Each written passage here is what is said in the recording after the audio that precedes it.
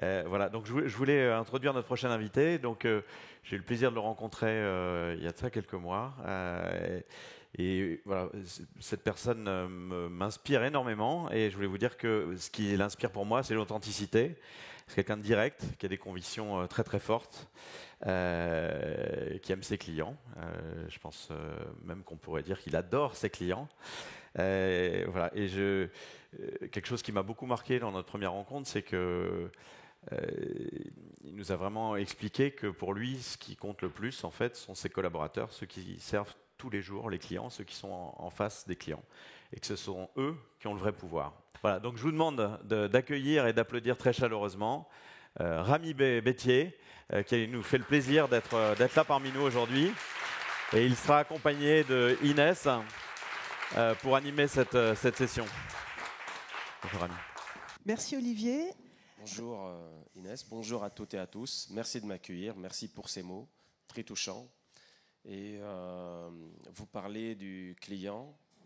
Moi, je parle de l'humain en général. Et naturellement, dans l'humain, il y a le client, il y a le salarié. Mais c'est un duo sur lequel tout le temps j'aime travailler parce que sans le client, il n'y a pas de salarié. Sans salarié, il n'y a pas de client. Donc c'est sur l'humain. Et naturellement, le client, il est au sommet de nos priorités. Merci Rami d'être là avec nous aujourd'hui. C'est un honneur de vous accueillir. Je vous en prie. Vous avez rejoint Carrefour il y a bientôt 2 ans, après avoir tour à tour... Carrefour France. Carrefour France. Parce que Carrefour... j'ai arrêté de compter, ça fait combien de temps que vous avez rejoint Carrefour ? Moi, j'ai commencé, je suis sorti de l'école le samedi. Lundi, j'étais dans le magasin de Compiègne, donc en tant qu'adjoint au chef de rayon. Très bien. Donc vous avez dirigé tour à tour Carrefour Taïwan, Carrefour Argentine, Carrefour Espagne, voilà. Et là à bord du navire amiral qu'est la France depuis 2 ans. Depuis 2 ans, presque jour pour jour, donc c'était le 16 juin 2020. On a un gâteau qui... Non, je plaisante. Rami, est-ce que vous me permettez de partager avec nos invités aujourd'hui l'anecdote sur les coulisses de notre rencontre ? Allez-y, je vous en prie. Du coup, je vais vous parler de ma belle-mère. Ça m'inquiète, mais bon, allez-y. Dites pas tout non plus. Tiens, Olivier Devers, une note. Ça fait une histoire pour... Christiane, 82 ans, cliente historique de Carrefour et chasseuse professionnelle de promotion et de bons plans en tout genre. Petit flashback, on est en septembre 2020. Une après-midi, elle vient de recevoir son catalogue promo, à l'époque encore dans la boîte aux lettres. Elle m'appelle et elle me dit « Inès, il faut que tu m'emmènes faire les courses à Carrefour. J'ai reçu le catalogue promo. » Quelques instants plus tard, me voilà dans les rayons de Carrefour, à côté de Christiane, qui feuillette son catalogue promo après promo, et moi qui pousse son caddie un peu laborieusement, et je me dis que finalement ça va durer une plombe, et que je ferais bien de mettre à profit ce temps pour aller discuter avec vos hôtesses de caisse. Parce qu'à l'époque, vous veniez juste de lancer les carnets de caissières. Et ça m'intriguait pas mal. Donc me voilà partie dans une discussion avec des responsables de rayon, des caissières, quand l'une d'entre elles m'apprend que vous êtes en magasin. À ce moment-là, dans les allées de Carrefour Carré Sénart, l'hypermarché, avec Stéphane Galland, le directeur de magasin de l'époque. Et c'est comme ça qu'on s'est parlé la première fois. Pas sur LinkedIn, pas par téléphone, ni par email, mais bel et bien dans les rayons de Carrefour Carré Sénart. Je continue d'ailleurs de faire mes courses, je me dis que ça me porte bonheur. Et on était littéralement entre les couches culottes et les petits pots, et c'est là où on a échangé nos premiers mots. Du coup, de cette anecdote que je trouve, somme toute, assez sympathique, j'ai retenu 2 choses qui sont fondamentales. La première, c'est qu'il faut toujours faire plaisir à sa belle-mère, finalement. Et la deuxième, c'est que quand on travaille dans le commerce, les choses importantes, elles se passent en magasin. Et je pense que c'est une conviction très forte que l'on partage, Rami, l'importance du local. Et je suis ravie de vous passer la parole pour cette keynote de 30 minutes sur le thème de transformer en plaçant l'humain au centre. Merci Inès pour cette belle introduction dont je me souviens, mais c'est vrai, on est apostrophé par plusieurs clients quand on est en magasin. Des fois, on nous demande en photo, et c'est vrai pour nous, c'est aussi un honneur, c'est un plaisir. Et nous, notre rôle, c'est de visiter les magasins, mais aussi les sites web Carrefour, de manière à s'assurer que le digital fonctionne, que le magasin fonctionne, qu'on s'approche du client, parce qu'en fait, c'est le client qui est le meilleur stratège. Le client, c'est le meilleur consultant, de plus est gratuit. Donc, c'est le client que je veux écouter avec les équipes au quotidien pour décider ce qu'il faut faire. Je me rappelle de ma prise de poste et on m'a posé plein de questions le premier jour de ma prise de poste. Quelle est votre stratégie par rapport à ce sujet ? J'en sais rien. Je vais écouter le client. Et ça, c'est la vérité absolue. D'ailleurs, moi, j'en savais strictement rien. Et donc, je ne viens pas avec des méthodes toutes faites. Je viens avec une culture client, une culture qui remet l'humain au centre, au sommet de la pyramide et qui redonne le pouvoir aux gens qui sont les plus proches du client et de celui qui nous paye le salaire à la fin du mois. Donc, c'est vraiment une culture. Et c'est le client, après avoir écouté le client, grâce à des tables rondes, des tickets, des petits carnets de caisse, à Critiseur, etc. Donc tout cela nous permet de constituer une compréhension de ce que veut le client.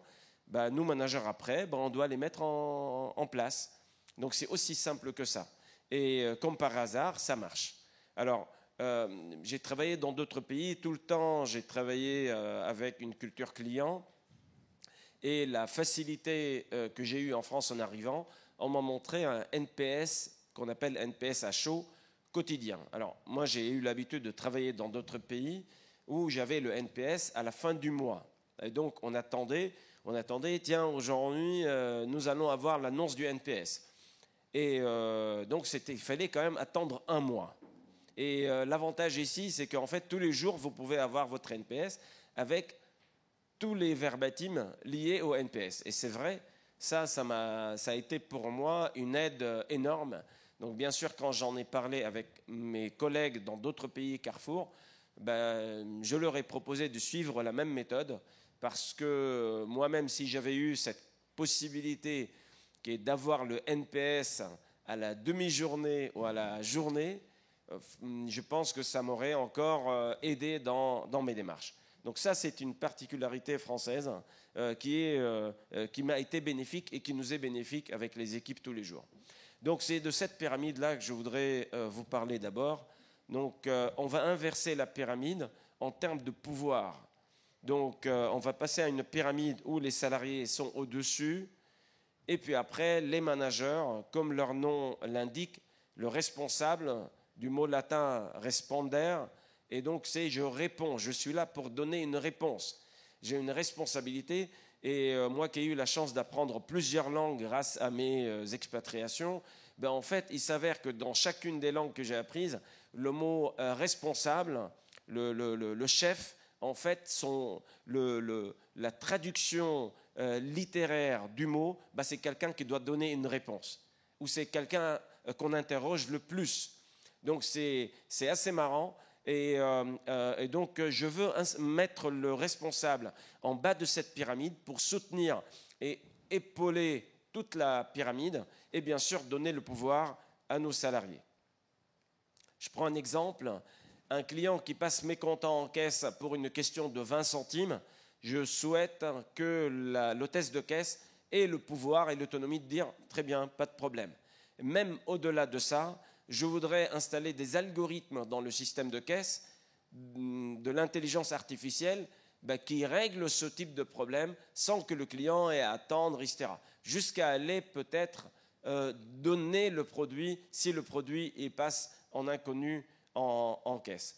Donc c'est vraiment mettre le client au-dessus de la pyramide et mettre le salarié qui est au contact du client, donc au sommet de la pyramide, avec une autonomie et un pouvoir de décision sans avoir à revenir sur les 10 niveaux hiérarchiques, surtout dans une société comme Carrefour, une société de legacy, 60 ans, et beaucoup de formats, beaucoup de gens, beaucoup de sièges, d'entrepôts, etc., 100 000 salariés. Donc le mieux, c'est de donner le pouvoir aux personnes qui sont au contact du client, et comme ça va beaucoup plus vite.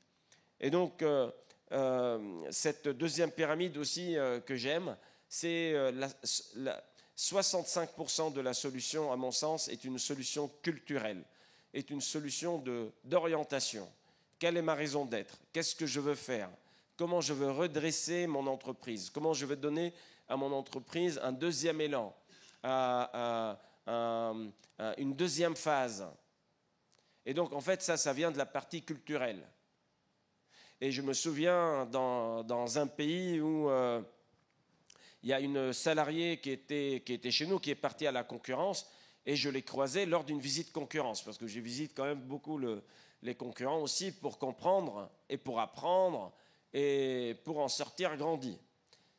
Et je la vois dans un magasin de la concurrence, et je la voyais dire bonjour, souriante. Je dis, dis donc, chez nous, dans notre magasin, vous avez du mal à dire bonjour et sourire autant. Je devais même faire une formation pour déclencher le sourire. Elle m'a dit, chez Carrefour, quand je souriais, c'était dans le pays dans lequel je travaillais, chez Carrefour, ben, c'était bizarre. Et ici, si je ne souris pas, c'est bizarre. Donc, en fait, la culture, j'ai fait des formations sur le leadership dans l'école des leaders qu'on a démarré il y a 2 ans chez Carrefour France. Et pour montrer la force de la culture, la force du groupe, j'ai demandé à 2 personnes de sortir de la salle et de revenir 10 secondes plus tard. Et j'ai demandé aux gens dans la salle de se lever. Les 2 personnes qui sont retournées dans la salle sont restées debout. En fait, c'est la force de la culture sans rien dire. Asseyez-vous, levez-vous. C'est la force de la culture. Et donc la culture, ça vient effectivement de cette répétition du dirigeant, des dirigeants, à répéter, que ça c'est important. À force de répéter, ça devient un muscle et après ça devient culturel, ça devient une conviction. C'est 65% de la solution. Et après on a 30% ou 25% de la solution qui est une solution de processus, d'organisation, de remettre les choux avec les choux, les carottes avec les carottes, les chemises avec les chemises, et en termes d'organisation. Simplifier notre processus, simplifier nos organisations. Faire plus confiance et passer par moins de validation, etc. Alors c'est très simple à dire, mais quand on a la partie culturelle, ça devient plus simple à faire. Et puis après, la partie outils qui représente, à mon sens, entre 10 et 15% de la solution, c'est quand on parle d'outils, de solutions informatiques, etc. Alors, je suis aussi de formation informatique, donc je suis très à l'aise pour en parler. Mais quand on commence par l'informatique en considérant que c'est 80% de la solution, c'est pas bon. Il faut savoir ce qu'on veut d'abord. Où est-ce que tu veux aller? À ce moment-là, je te donne un GPS qui va t'aider à arriver où tu veux aller. Mais tu ne sais pas où tu veux aller, le GPS, il ne peut pas aider. Donc, l'outil est là vraiment après avoir travaillé la simplification, mais aussi la subsidiarité dans les équipes. La subsidiarité, c'est lorsque je ne prends aucune décision qui peut être prise par un collaborateur. Peut-être un mot, Ami, sur la slide suivante, la méthodologie 5-5-5. Alors, le 5-5-5, tu peux peut-être... Alors, je ne vais pas expliquer votre méthodologie, je n'oserais pas, mais j'ai lu dans la presse que vous l'aviez imaginé il y a 10 ans, en 2012, en Turquie. Oui. Donc ça remonte. Oui. Nous, on a eu l'impression de le découvrir quand vous êtes arrivé en France. Du coup, vous l'avez importé après dans tous les pays où vous êtes passé. Et aujourd'hui, c'est une méthodologie déployée au niveau du groupe. Absolument. Portée aussi par M. Bompard, il me semble. Absolument. Et est-ce que vous pouvez nous expliquer ce qui se cache derrière ces 5 chiffres magiques et combien de déclinaisons vous en avez en France? Alors, l'histoire est simple. Je suis allé visiter un market et ce directeur de market à Istanbul, il m'a dit moi, j'en peux plus avec vos points de contrôle. J'ai quitté l'école, je suis rentré chez Carrefour, je pensais que c'était plus simple. Et là, vous revenez me voir avec un cahier d'audit, de cahier des charges, 36 points de contrôle à cocher. Il m'a dit moi, je ne sais pas faire ça. Je ne peux pas retenir tous ces points de contrôle. Et je lui ai dit combien de points tu peux retenir? Et il m'a fait comme ça. Il m'a dit Beş nokta, 5 points. Quand il m'a dit 5 points, alors moi, j'ai essayé d'éliminer les points qui n'étaient pas prioritaires. Je suis tombé quand même sur 15. Donc, j'ai fait 5, 5, 5. On va les faire par modèle. Donc 5 sur la... c'était sur le premier 5, 5, 5, c'était sur les caisses. Et donc, il y avait 5 points à faire par le directeur du magasin, 5 points à faire par le chef de caisse ou la chef de caisse, 5 points à faire par l'hôte de caisse ou l'hôtesse de caisse. Donc 5, 5, 5. Et le premier point du 5, 5, 5, donc de la responsabilité du directeur ou de la directrice de magasin, c'est de dire bonjour. C'est pour cela que je reviens à cette culture, c'est de dire bonjour. On ne peut pas demander à une hôtesse de caisse de dire bonjour au client. Oui, elle ne sourit pas au client, mais est-ce que tu lui as dit bonjour? Non. Et je me rappelle dans un magasin dans le 78, je vais voir l'hôtesse de caisse, je lui dis alors, ça va bien avec le nouveau directeur du magasin qui est là depuis 3 mois? Elle me dit, je ne sais pas, je ne le connais pas, il n'est pas encore passé nous voir. Donc, comment vous voulez, alors si le directeur ne passe pas voir les équipes quand même dans le magasin, leur dire bonjour, comment vous voulez que l'équipe le matin soit motivée, sachant que la motivation, ça se communique, ça se donne. Et donc, le dirigeant qui est en bas de cette pyramide a la responsabilité de la donner. Alors, des fois avec le sourire, des fois avec des verbatims, des fois avec une communication plus proche, individuelle, collective. Mais il faut absolument que le dirigeant soit là, le responsable soit là, pour répondre à ce besoin de donner une motivation, en fait, remuer les affaires, que ce soit dans les magasins, dans les entrepôts, au siège, etc. Et donc, on a appelé ça le 5-5-5. Ça fait naturellement carton. Et puis après, j'ai écrit le 5-5-5 client, puis le 5-5-5... après, il y en a eu beaucoup. Hein. Je me rappelle même, dans certains pays, ils ont fait 5-5-5 toilettes, 5-5-5, oui, dans lesquels on trouve, il faut mettre un miroir, il faut mettre des plantes, il faut mettre merci avec un cœur. Voilà, ça peut aller loin. Et en France, j'ai eu le besoin d'écrire le 5-5-5 appropriation. C'est le seul pays où j'ai eu ce sentiment, ce besoin d'écrire le 5-5-5 appropriation, à s'approprier les affaires. Considérer que le magasin, que cet argent, c'est comme s'il était le mien. Même si je ne suis pas l'actionnaire, même si je ne suis pas l'investisseur, mais cet argent que cet actionnaire m'a confié, c'est une responsabilité. Et je ne suis pas responsable que de moi-même et de mon CV, qui peut être brillant, je suis responsable de milliers de salariés. Et si moi je fais mal mon travail, c'est eux qui vont payer le prix. Donc en fait, cette appropriation, cette responsabilisation, je l'ai écrite. Et moi, j'en ai écrit 3 de 5-5-5. Maintenant, peut-être, il y en a une cinquantaine, une centaine. Il y en a que je n'ai même pas lu. Ça devient maintenant une stratégie. Alors, je vous dis ça. Hier soir, je suis passé voir Bruno Lebon avec ses équipes et leur présenter les 8-8. Alors, j'ai dit, Bruno, qu'est-ce que tu me fais? Voilà, bon, pour le moment, le 5-5-5 continue à vivre. Peut-être un mot, Rami, sur la gouvernance. Quand vous êtes arrivé, vous avez également revu la gouvernance de Carrefour France autour de l'écoute de vos clients. Est-ce que vous pouvez nous expliquer cette stratégie et comment est-ce que vous avez intégré finalement Critiseur dans votre processus d'écoute client à plusieurs niveaux, peut-être parler du siège, des régions et des magasins? Alors, l'écoute client, c'est quelque chose d'indispensable pour comprendre le client. Si on dit que c'est le client qui va écrire la stratégie, que ce n'est pas une phrase, c'est la réalité, il faut vraiment savoir ce que veut le client, eh bien, il faut écouter le client. Alors, écouter le client par tous les moyens. D'abord, les directeurs de magasins ont laissé leur numéro de téléphone WhatsApp à l'entrée du magasin avec leurs photos et pour qu'ils soient joignables plus facilement. Lorsque le client il sait qu'il peut joindre le directeur du magasin ou la directrice du magasin, bon, ça devient plus facile. On a souhaité à ce que les magasins et toutes les équipes sièges, digitales, logistiques, organisent une table ronde à la quinzaine. On invite une dizaine de personnes, on se met autour d'une table, un petit déjeuner, un café, un verre, enfin quelque chose de convivial et d'agréable, et on se parle, soit d'un sujet donné, soit de choses générales. Et donc moi-même, j'essaie à chaque fois, j'ai une grande réunion avec les équipes, d'inviter des clients, ça dure 20 minutes, 30 minutes, et on apprend énormément de choses. Parce que le client va vous dire la vérité, sans politique, sans filtre, et il va le faire par amour, parce qu'en fait, il va vous dire, voilà ce qu'il faut pour que je continue à venir chez vous. Et ça, c'est important.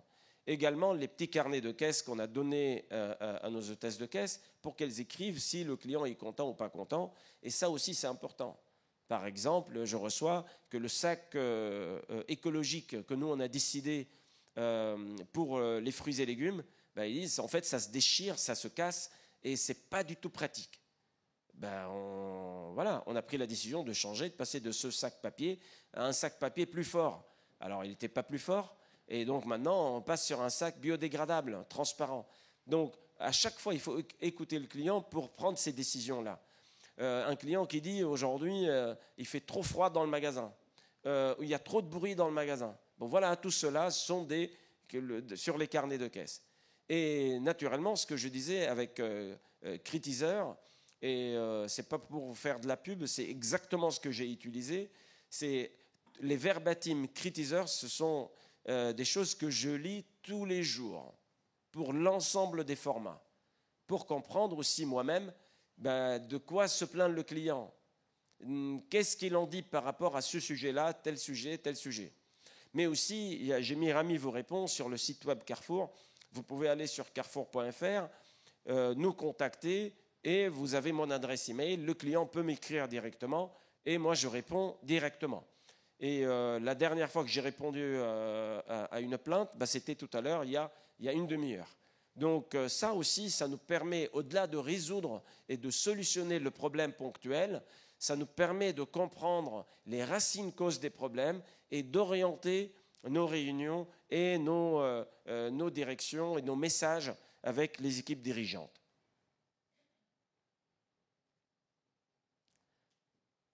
Et donc, effectivement, alors il y a une conséquence à tout cela. Hein. Il y en a qui ont cru dès le premier moment, il y en a qui n'y croient pas encore. Il y a une conséquence naturelle et logique à tout ce travail-là qui est de remettre le client au centre. Quand on s'intéresse au client, le client s'intéresse à nous.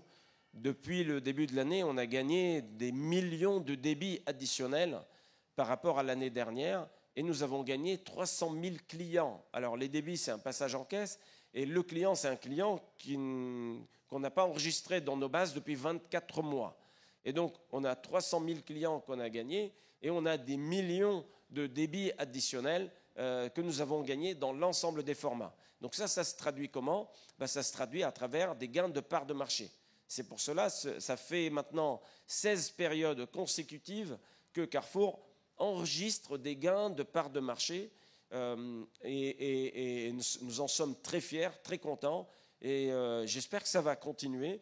Et surtout, c'est quelque chose que Carrefour France n'a pas connu depuis plus de 20 ans, de rester sur cette tendance positive et sûre. Des fois, c'était un petit gain, mais on a arrêté l'hémorragie, on a arrêté la perte et maintenant on va de l'avant. Ça ne veut pas dire que tous les jours c'est rose, c'est beau et que tout va bien. Non, mais ça veut dire que c'est l'amélioration continue. Aujourd'hui, c'est mieux qu'hier et demain sera mieux qu'aujourd'hui. L'école des leaders, un mot pour vous dire ma grande fierté au sein de Carrefour en général, mais aussi en France. C'est une école que j'ai démarrée en Argentine. Quand une caissière elle m'interpelle dans un magasin, elle me dit comment il faut faire pour devenir manager dans cette boîte. Je lui ai dit, votre patron va vous détecter et va vous proposer de passer manager. Elle me dit, mais mon patron, déjà, il ne me connaît pas, il ne sait pas qui je suis. De là à me détecter, ça va prendre du temps.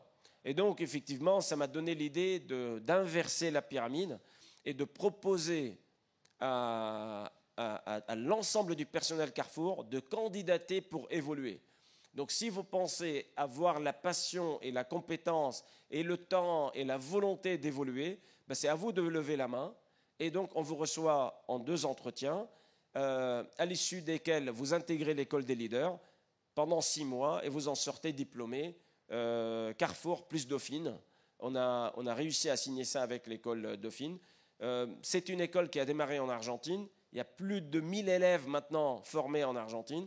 en Espagne, avec plus de 1500 élèves. En France, maintenant, on est à la 4e promotion avec plus de 1000 élèves.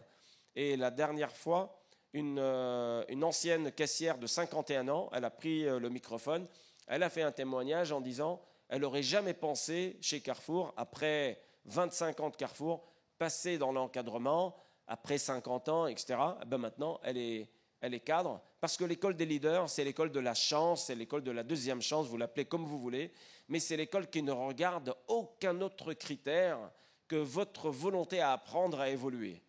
Mais alors, tous les autres critères ne sont pas du tout à regarder, ni l'âge, ni la couleur, ni le sexe, ni le genre, ni l'orientation, ni rien du tout.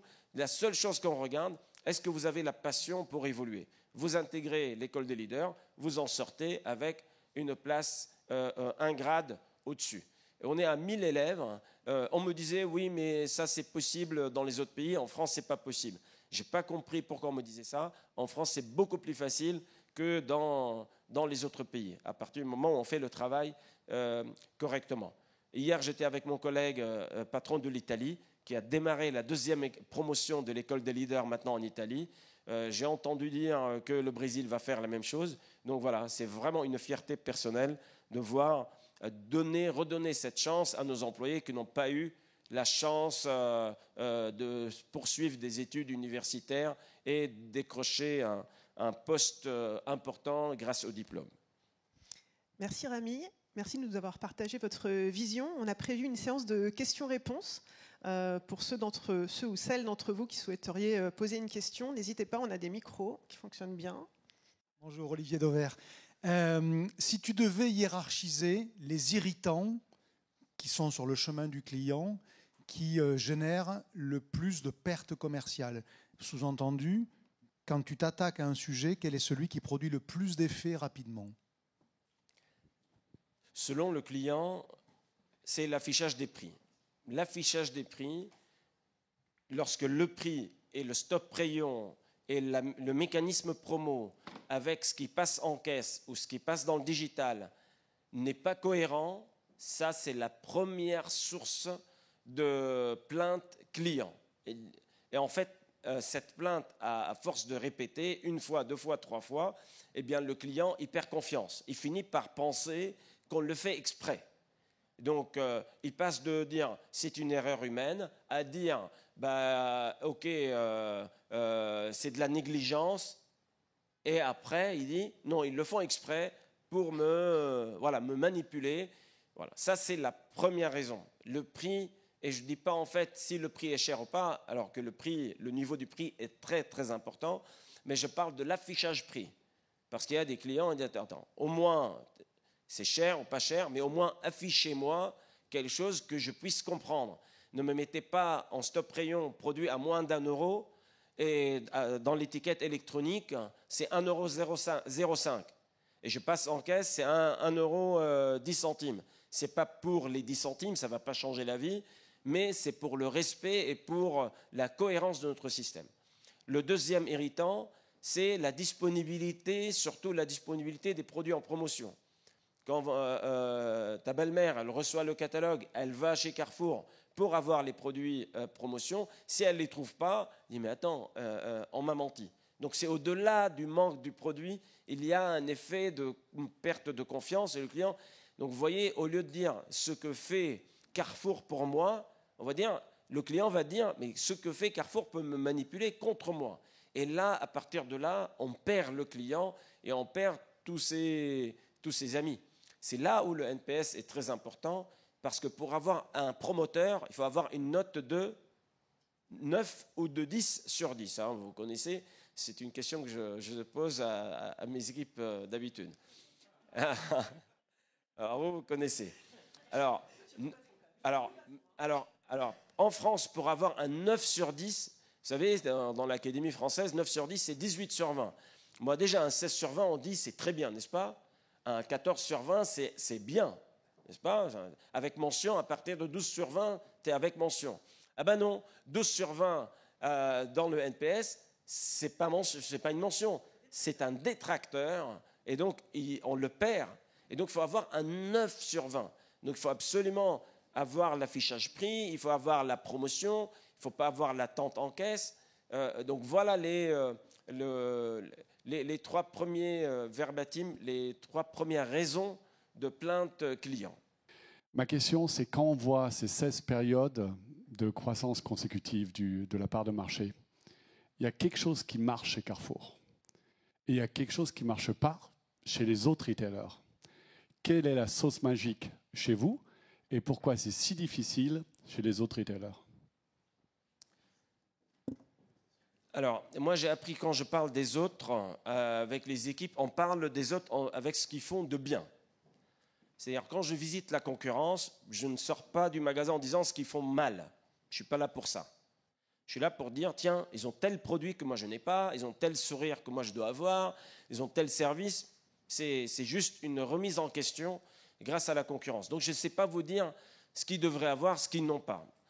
Mais je vais vous parler de Carrefour. Et aujourd'hui, ces 16 périodes, on les doit à un travail de toute l'équipe de Carrefour, une mobilisation généralisée de l'ensemble du top management de Carrefour France et leur proximité du terrain. Et donc cette proximité du client, cette écoute du client, le client, il vous demande telle chose, vous lui apportez, et il est content, il revient. Donc l'équation est très simple. Et donc la sauce magique, moi je le crois, c'est le client. Et en vous disant cela, je ne pense pas que le travail est fini. Et je le dis en toute sincérité. Je pense qu'on est au début de ce qu'on sait faire, de ce qu'on peut faire. Maintenant, comme je dois prendre en compte le 360 degrés d'une société qui a toutes ses contraintes, on y va des fois 2 pas en avant, 1 pas en arrière. Mais le résultat, c'est l'amélioration continue. La sauce magique, c'est le client. C'est le client. Et plus, si demain, on met encore une dose de plus de clients chez Carrefour, nous allons gagner encore plus. Et si demain, on retire cette dose client, bah, finalement, on risque de perdre. Il y a 2 ans, on donnait Carrefour perdant parce que c'était un modèle intégré, parce que c'était un modèle coté en bourse, parce que c'était les hypermarchés, les gens n'aiment pas l'hypermarché, etc. Maintenant, ces phrases, on les entend un peu moins. Donc, en fait, c'est vraiment le client qui est la boussole par rapport à votre question. Bonjour, Christophe, Crédit Agricole. J'ai une question à vous. Alors, merci beaucoup pour les bonnes recettes et puis votre expérience qui est inspirante et enrichissante. Moi, j'ai une question par rapport finalement à votre parcours dans différents pays. Vous avez beaucoup parlé de culture, hein, vous l'avez mis en numéro 1 de votre pyramide.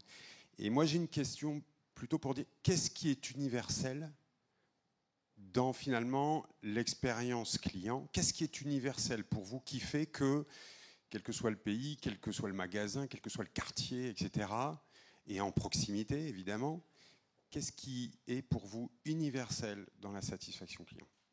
Merci. Merci.